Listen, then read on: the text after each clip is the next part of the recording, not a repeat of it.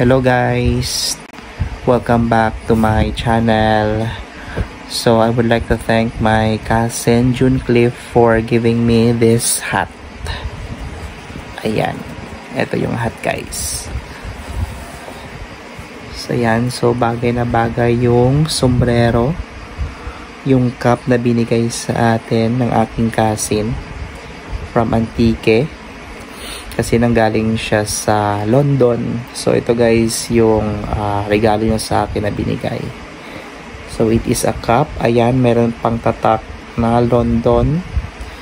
So hindi siya makita pero meron ditong mga letters na naka-indicate, naka-spelled yung lugar, which is London. Ayan. So, meron pa siyang, dito guys, tatak, hindi ko pa nakuha. Ayan. So, kung nakita nyo guys, napaganda ng cup, at saka original. Ayan. So, maganda siya guys, suotin, napakagaan, at saka, tsakto yung kulay, my favorite color, which is gray.